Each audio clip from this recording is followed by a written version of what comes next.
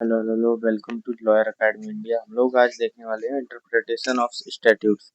ये one shot video होगा क्योंकि अब आपको पता है कि हम लोग सीरीज चला रहे हैं पूरी, जिसमें हम वन शॉट देख रहे हैं सारे के सारे सब्जेक्ट्स के, जुडिशरी और आईबीपीएस एसओ के एग्जाम को टारगेट करने के लिए। और हम लोग काफ़ी ज़्यादा एग्जाम पॉइंट ऑफ व्यू से वीडियोस देखते हैं, बनाते हैं और नोट्स वगैरह को प्रिपेयर करते हैं। तो अ, ये हैं, आप देख लीजिए नोट्स हमारे कैसे हैं। काफ़ी अच्छे नोट्स भी हैं। विधान नियम की व्याख्या इसको हिंदी में भी बोलते हैं। और ये कहाँ कहाँ उपयोग होता है, जुडिशरी, आईबीपीएस, एसओ, आईबी, इन सब में ये उपयोग हो जाता है। ठीक है, इंटरप्रिटेशन ऑफ स्टैट्यूट्स का की टॉपिक्स इसके रूल्स ऑफ इंटरप्रिटेशन हो गए, एड्स टू इंटरप्रिटेशन होगा और प्रिजम्पशन ऑफ मैक्सिम्स होगा। कॉन्सेप्ट वाइज नोट्स हैं, केस लॉज भी होंगे इसमें और 20 एमसीक्यूज भी होंगे, ताकि हम लोगों का रिवीजन होता रहे। ठीक है, तो शुरू करते हैं। इंटरप्रिटेशन है क्या, व्याख्या किसे कहते हैं? तो व्याख्या होती है the process of which courts determine the true meaning of words used in a statute and apply them to the facto before them। Legislature जो है वो वर्ड्स लिखती है, कोर्ट्स उनका मीनिंग निकालते हैं, डिटरमाइन करते हैं, उसे इंटरप्रिटेशन कहते हैं। मतलब कि मान लीजिए कि हमने बोला कुछ भी बोला, मान लीजिए कि जैसे कि हमने बोला कि रेस जुडिकाटा, रेस जुडिकाटा, इसका तो हमें मतलब नहीं पता, लेकिन इंटरप्रिटेशन जब हम इसका करेंगे तो इसका मतलब जो भी निकल कर आएगा वो ही हमारा इंटरप्रिटेशन आएगा लिखकर। ठीक है, इंटरप्रिटेशन ऑफ स्टैट्यूट से सही कहते हैं।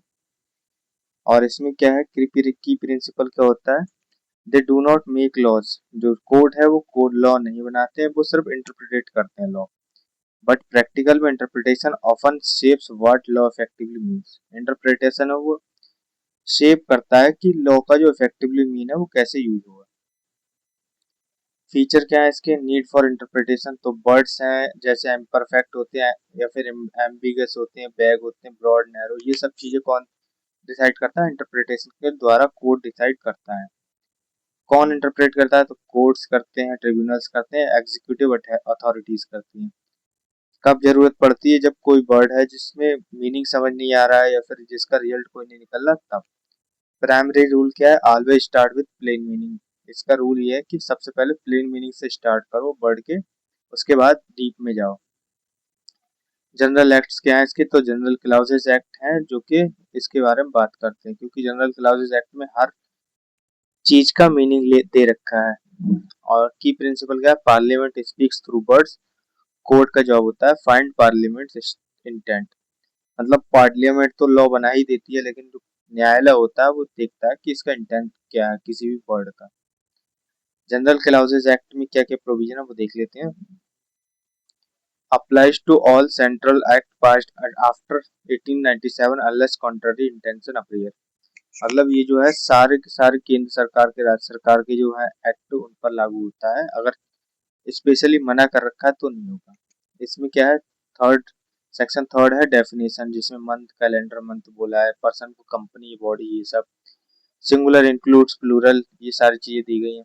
सेक्शन 6 में इफेक्ट ऑफ रिपील दिया गया है। 7 में रिवाइवल ऑफ रिपील्ड इनैक्टमेंट दिए हैं। 10 में दिया गया है हमारा कंप्यूटेशन ऑफ टाइम। सेक्शन 13 में जेंडर दिया गया है और नंबर। सेक्शन 14 में पावर्स ऑफ अथॉरिटी। तो ये सारी चीजें इसमें दी गई हैं। सेक्शन 6 में क्या है, GCA, most exam tested provision है, तो इसको एक बार नोट जरूर कर लीजिएगा। Repeal of act does not affect pending proceedings. किसी भी एक्ट का जो अगर रिपील हो गया तो वो पेंडिंग प्रोसीडिंग को अफेक्ट नहीं करेगा। इसका मैं एक बहुत अच्छा एग्जांपल आपको बताता हूँ कैसे। जैसे कि यूपीजेडएलआर एक्ट, उत्तर प्रदेश जमींदारी अबोलिशन एक्ट था। ठीक है, वो कब लागू, जो वो खत्म हो गया है, लेकिन उसके जो केसेस हैं वो आज भी पेंडिंग चल रहे हैं और उसी जो यूपीजेडएलआर एक्ट है उसी के बेस पर चल रहे हैं। ठीक है, जैसे आईपीसी मान लो, आईपीसी हमारा कब का खत्म हो गया, 2023 में, लेकिन जो आईपीसी के टाइम के केस थे वो आज तक चल रहा है, उनमें वो केस खत्म नहीं हुए, वो अभी तक चल रहा है। 302 मर्डर की उन केसेस में रहेगी, और चाहे वो 307 हाफ मर्डर की रही हो या फिर अटेम्प्ट टू मर्डर रही हो, वो सारी चीजें उसमें आ जाती हैं। जैसे कि केस है इसका, स्टेट ऑफ पंजाब वर्सेस मोहर Singh, Section 6 GCA protects accrued rights. Repeal cannot destroy rights that had already vested before the repeal. जो रिपील है किसी भी लॉ का, तो वो किसी के जो अधिकार है उनको हटा नहीं देता है, अगर उसके जो पहले रिपील से पहले जो अधिकार थे उनको। यूनिट 2 है प्राइमरी रूल्स ऑफ इंटरप्रिटेशन। तो ये रूल्स ऑफ इंटरप्रिटेशन है क्या हमारे कोर्ट के पास कुछ एस्टेब्लिश टेक्निक्स हैं जब स्टैट्यूट का मीनिंग डिटरमाइन करना हो। ये रूल्स हैं, नॉट रिजिड फॉर्मूलाज। कोर्ट इन्हें सिचुएशन के अनुसार अप्लाई करती है। ठीक है, कोर्ट के पास जो रूल है उनका यूज करके कोर्ट किसी भी जो वर्ड है स्टैट्यूट है उसका मीनिंग डिफाइन कर सकती है। लिटरल रूल क्या है इसका, प्लेन मीनिंग, शाब्दिक नियम। लिटरल रूल होता है वर्ड ऑफ स्टैट्यूट को उनके ऑर्डिनरी, नेचुरल और ग्रामेटिकल मीनिंग में समझो। ये प्राइमरी और मोस्ट बेसिक रूल है। कोर कंसेप्ट क्या है if words are plain and clear apply them as they are, do not look behind the words. ठीक है, अगर मान लो कि आपको पता है कि कुछ भी दे रखा है, एक सपोज करिए कि कुछ भी बेल ले लेते हैं। ठीक है, बेल, बेल का मतलब जमानत है। क्लियरली हमें पता है कि जमानत का मतलब है कि हमें छोड़ दिया जाएगा, कि जमानत लगेगी, जमानत अप्लाई एक्सेप्ट कर लेंगे तो छोड़ दिया जाएगा। अब इसमें आपको अंदर घुस के ये नहीं देखना कि बेल के बाद में आपको कंपनसेशन भी मिलेगा कि और भी कुछ मिलेगा, या फिर आप उसके डीप में नहीं जाना। नॉर्मली अगर क्लियर और प्लेन वर्ड है तो वही रखना है। इसको क्या कहते हैं, also called grammatical interpretation, plain meaning rule भी कहते हैं। कोड क्या ऐड नहीं करता है, ना ही ऐड करता है, ना सब्सट्रैक्ट करता है, ना ही अल्टर करता है वर्ड्स ऑफ स्टैट्यूट को। ठीक है, और व्हेन अप्लाइड कब अप्लाई होता है, जब statutory language is clear, ambiguous and leads to no absurdity. सब रूल क्या है अंडर लिटरल रूल के, नॉसिटर या सोसीस, मतलब साथी शब्दों से अर्थ, अर्थपूर्ण, अर्थनीपूर्ण। ठीक है, word derives meaning from associated words, जैसे ejusdem, generis, cousin, example cats and dog. तो ये चीजें हैं। और इजस्टस जेनरस क्या है, उसी प्रकार की चीज है जैसे कि general word following specific word. कोई भी जनरल वर्ड है वो स्पेसिफिक वर्ड को फॉलो करता है। अगर वो इससे नहीं अफेक्ट हो रहा है, इससे नहीं निकल रहा है तो इसको करेगा, इसको भी नहीं कर रहा है एक्सप्रेस तो इसको आएगा। एक्सप्रेसिव यूनियस इस्ट एक्सक्लूसिव अल्टरनेटिव्स, एक को बताना दूसरे को बाहरना है। ठीक है, express meaning of one thing, किसी भी चीज का एक्सप्रेस मीनिंग है तो वो कहाँ पर अप्लाई होता है, दूसरी चीज पे भी हो जाता है। नेक्स्ट हमारा रेडेंडो सिंगुलर सिंगुलिस, हर एक को हर एक से। Each word phrase refers to its appropriate subject, जैसे कि he gave her a pen and a him a pen, he gave her a book and him a pen. तो ये क्या है, ये हमारा एक हर एक को एक, हर एक से जो शब्द है वो जुड़ा हुआ है एक दूसरे से, तो वो चीज दी गई है इसमें। इसमें केस हमारा success period case, if the words of statute are themselves precise and ambiguous, it is only necessary to expound those words in their natural and ordinary sense। और नेक्स्ट हमारा गोल्डन रूल क्या है, सुवर्ण नियम। Golden rule है literal rule से शुरू करो, लेकिन अगर लिटरल रूल मीनिंग absurd है या फिर रिपेग्नेंट है या इनकंसिस्टेंट है तो क्या करो, मॉडिफाई करो और एब्सर्डिटी को अवॉइड कर दो। लिटरल और सेंस ऑफ इक्विटी आ जाएगी। Modification of literal meaning to avoid absurdity क्या है, बट मिनिमम मॉडिफिकेशन होनी चाहिए। Court looks for meaning that best avoids absurdity while staying close to words. Code ऐसा जो मीनिंग है ऐसे वर्ड को अवॉइड करता है जो दूर हो, और ऐसे वर्ड के पास रहता है, ढूंढता है जो कि उस वर्ड के क्लोज हो। और टू फॉर्म्स क्या है, नैरो फॉर्म क्या है, when word is ambiguous choose meaning that avoids absurdity. Wide form क्या है, even if not ambiguous modify to avoid repugnant absurd result. और इसका जो केस है ये आप देख लेना एक बार। मिसचीफ का रूल क्या है, हिडन का रूल क्या है, ये बहुत इंपॉर्टेंट है, इसको देख लेना, इसको याद भी कर लेना। स्टैट्यूट से पहले क्या लॉ था, क्या कमी थी, लेजिस्लेचर ने उसे ठीक करने के लिए क्या किया, इन सवालों का जवाब ढूंढो, फिर स्टैट्यूट को उस मिसचीफ को सप्रेस करने के लिए इंटरप्रेट करो। इसको हम कैसे समझेंगे? कोई भी स्टैट्यूट था, लॉ था जो पहले था, उसमें क्या कमी थी, लेजिस्लेचर ने उसे ठीक कैसे किया, इन सवालों के जब हम जवाब ढूंढेंगे, फिर जो स्टैट्यूट में कोई भी और वर्ड निकलता तो उसी तरीके से हम उसको भी यूज करेंगे, ठीक है, उसको भी हम उसी को उसी तरह के सॉल्व करेंगे। जैसे कि प्रोपाउंडेड इन हिडन केस 4 क्वेश्चन कोर्ट को आस्क करने पड़ेंगे, पूछने पड़ेंगे। पहला क्वेश्चन है, what was the common law before the statute? जो स्टैट्यूट बना उससे पहले कॉमन लॉ क्या था, सामान्य कानून था क्या उसके बारे में? What was the mischief and defect for which common law did not provide? ऐसा कौन सा मिसचीफ था जो या डिफेक्ट था जो कि कॉमन लॉ ने प्रोवाइड नहीं किया था? What remedy has parliament resolve to cure the disease? अगर उसमें कोई भी कमी थी तो पार्लियामेंट ने कैसे उसे सॉल्व किया? चौथा है, what is the true reason of remedy? जो रेमेडी है उसका सही कारण है क्या? Court must interpret statute to suppress the mischief and advance the remedy. Court bound है, कोर्ट को करना ही पड़ता है, क्या सप्रेस करना पड़ता है मिसचीफ को और रेमेडी को लाना पड़ता है, क्योंकि कोई भी प्रॉब्लम है किसी लॉ में तो वो सॉल्व करने की, इंटरप्रेट करने की जो ड्यूटी है वो कोर्ट की है, न्यायालय की है। आल्सो कॉल्ड पर्पसिव अप्रोच भी इसे कहते हैं। मॉडर्न विजन क्या है? पर्पसिव इंटरप्रिटेशन है, most preferably by Indian supreme court today. ये हमारे इतने ज्यादा मतलब की है नहीं चीजें। नेक्स्ट है हमारा पर्पसिव रूल, बेनिफिशियल रूल क्या है? तो पर्पसिव इंटरप्रिटेशन, स्टैट्यूट को उसके बाद पर्पस, ब्रॉड पर्पस या पॉलिसी के अनुसार इंटरप्रेट करो, even if going slightly beyond literal words, preferred approach in constitutional and welfare religion. अगर स्टैट्यूट है उसका मतलब नहीं समझ आ रहा है तो फिर उसको पॉलिसी के हिसाब से इंटरप्रेट कर लो, अगर नहीं आ रहा तो फिर क्या करना है, कॉन्स्टिट्यूशनल, संवैधानिक और फिर वेलफेयर लेजिस्लेशन के हिसाब से करना है।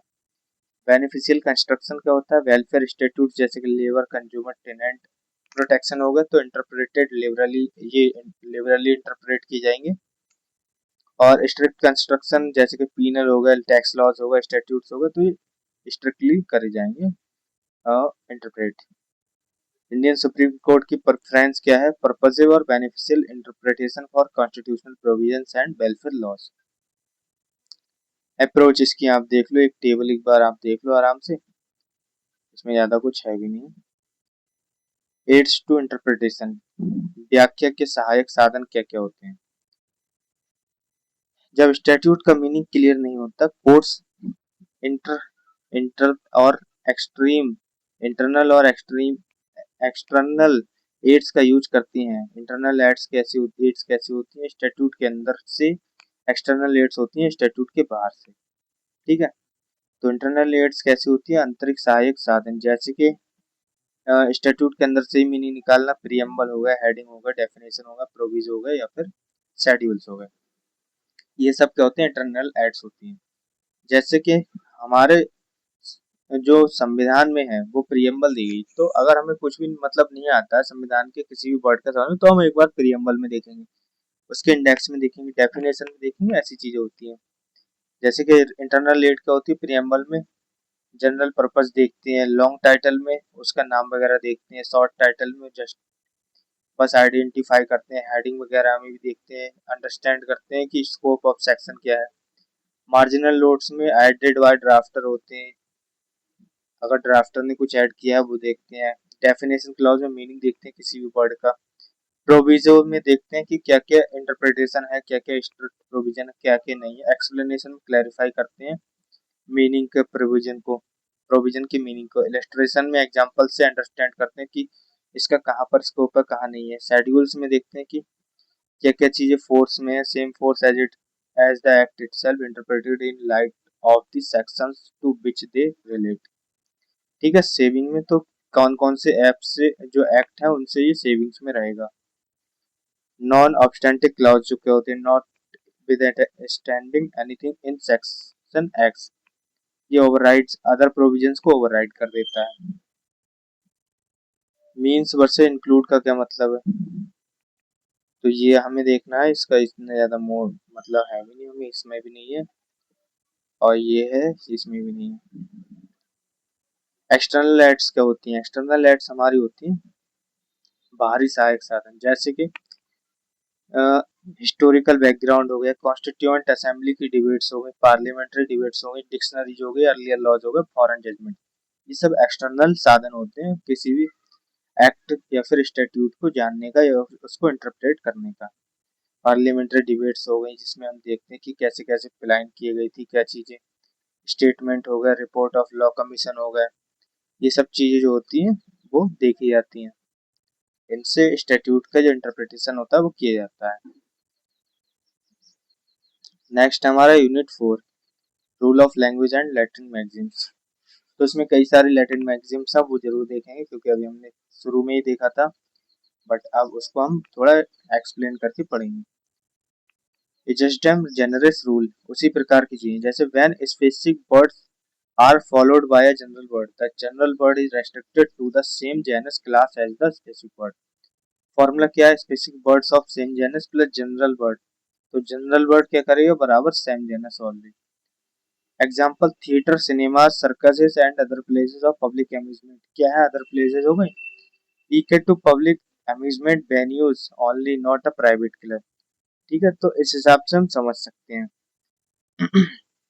कंडीशन अप्लाई कैसे होती है? There must be at least two words, specific words होने चाहिए, टू स्पेसिफिक वर्ड्स होने चाहिए, specific words must belong to some genus class, कुछ क्लास से होनी चाहिए। General word must follow the specific words, general word specific word को follow करने चाहिए। There must be no contrary intention. अब जैसे कि आप खुद ही देखो कि ये सारी चीजें जो है नॉर्मल पब्लिक प्लेस हो गई या अदर प्लेस हो गई, लेकिन पब्लिक अम्यूजमेंट क्या हो गया? वेन्यू हो गई, और ये क्या? ये प्राइवेट क्लब नहीं, ये बिल्कुल पब्लिक है। इसमें हम थिएटर में जा सकते हैं खुद से टिकट खरीद कर, सिनेमा में जा सकते हैं, सर्कस में जा सकते हैं, इनमें सब में टिकट लगे। पब्लिक अम्यूजमेंट में टिकट नहीं लगेगा, तो ये प्राइवेट क्लब भी नहीं है, इसमें तो टिकट भी नहीं लगेगा और कोई भी आ सकता है, तो ये सारी चीजें आ जाती हैं इसमें। नेक्स्ट हमारा नॉसिटर एसोसिस, साथ ही शब्दों के अर्थ, जैसे a bird is known by the company it keeps, meaning of doubtful words जो होते हैं, जैसे स्टैट्यूट में एक वर्ड का मीनिंग उसके आसपास के वर्ड से समझा जाता है। Example eatables, drinkables and other articles of food, तो अदर आर्टिकल में क्या जाएगा? फूड आइटम्स ओनली आएंगे, ना कि कुछ और आएगा। ठीक है, डिफरेंस इन दोनों में क्या है? तो एनी एसोसिएटेड वर्ड होते हैं, नॉट नेसेसरीली जनरल, लेकिन एजेस्टम में specific pattern of specific word होते हैं जनरल वर्ड के साथ। नेक्स्ट हमारा एक्सप्रेसिव यूनियस एस्ट एल्स exclusio alterius, express meaning of thing, implied exclusion of everything, जो लिखा है वो है, जो नहीं लिखा वो नहीं है। ठीक है, उसमें अपना दिमाग नहीं लगाना है, जो लिखा है वही मानेगा। जैसे if statute list A B C, D is excluded even if similar, तो डी नहीं मानेंगे। ठीक है, ए बी सी लिखा है तो यही मानेंगे, डी इसके आगे की काउंट नहीं करेंगे, दिमाग नहीं चलाएंगे अपना। Example tax on cars, buses, trucks, तो मोटर बाइक्स नॉट टैक्स रहेंगी तो नॉट ही टैक्स रहेंगी। लिमिटेशन क्या है? ये does not apply when list is clearly illustrative, अगर कोई लिस्ट है इलस्ट्रेटिव बनाई गई है एक्सेट्रा वगैरह लिखकर तो नहीं होगी अप्लाई। इंपॉर्टेंट लैटिन मैगजीम्स है, ये देख लो एक बार आप लोग। और पांचवा है presumption in interpretation and special rules,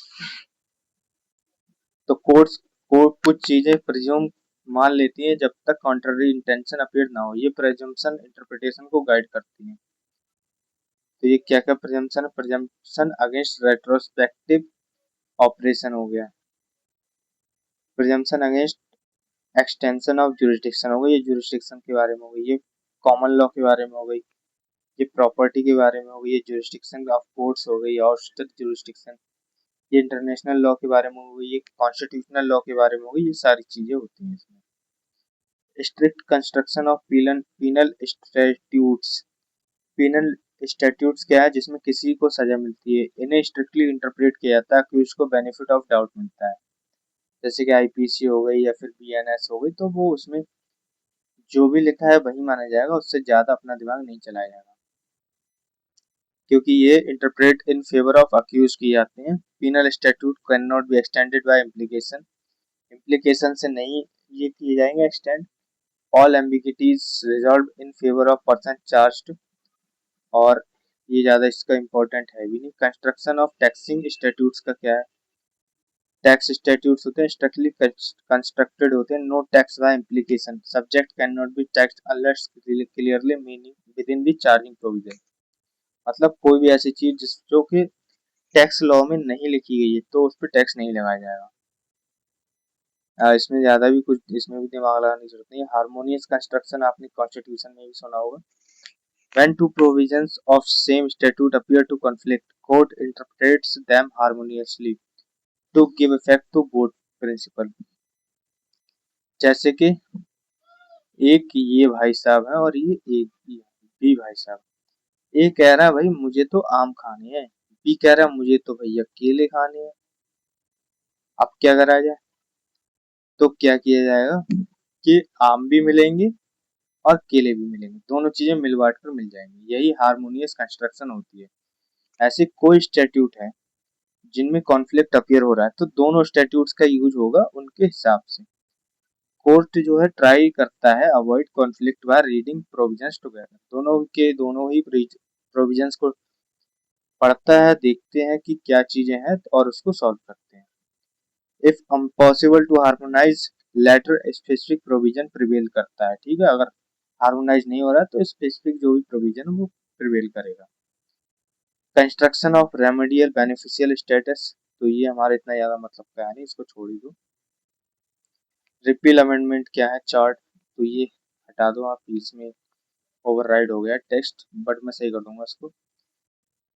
repeal of statutes, express repeal, स्पष्ट निरासन हैगा, इम्प्लाइड रिपील हो गया, रिपील एंड रीएनैक्टमेंट हो गया। ये चीजें ही अपने मतलब की हैं भी नहीं। अमेंडमेंट क्या है वो देख लो। क्विक रिवीजन टेबल है, ये देख लो, ये काफी इंपॉर्टेंट है। लिटरल क्या होता है, जनरल होल्डर रूल क्या होता है, मिस्चीफ क्या होता है, बेनिफिशियल रूल क्या होता है, स्ट्रिक्ट कंस्ट्रक्शन क्या होता है, हार्मोनियस कंस्ट्रक्शन, एडजस्टर जनरस, ये सारी चीजें आप देख लो। हिंदी में भी समरी लिख दी, की पॉइंट भी लिख दिए इसके, ताकि आप लोगों को समझने में आसानी हो।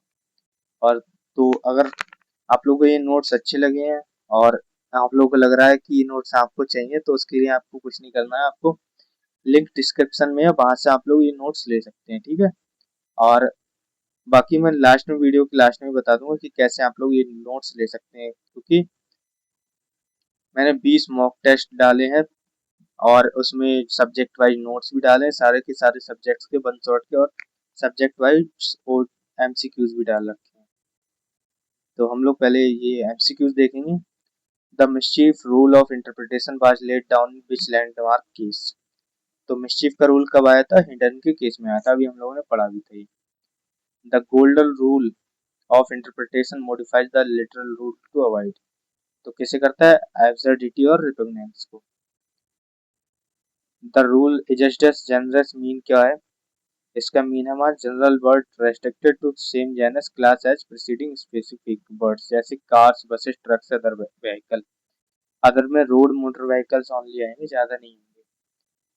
नोसिटर या सोसिस का मीन क्या है? नोसिटर या सोसिस का मीन है a bird is known by company it keeps, जिस भी कंपनी में ये वर्ड रहता है तो उसी के हिसाब से नोन किया जाएगा। जैसे कि हमने बोला कि ए बी सी, तो फिर डी हम खुद ही अज्यूम कर लेंगे क्योंकि ये उसी की कंपनी में आएगा। मैक्सिमम एक्सप्रेसियो यूनियस एस्ट एक्सलेसियो अल्टीरियस, तो इसमें ये कि हम अपना दिमाग नहीं लगाएंगे, जो बोला है वही रखेंगे, उसके आगे नहीं। जैसे ए बी सी बोला है तो डी नहीं लगाएंगे क्योंकि डी उसमें नहीं लिखा है इसलिए। जनरली स्पेलिबस नॉन डेरिवेंट, मीनिंग क्या है इसका? तो इसका मीनिंग है special law prevails over general law.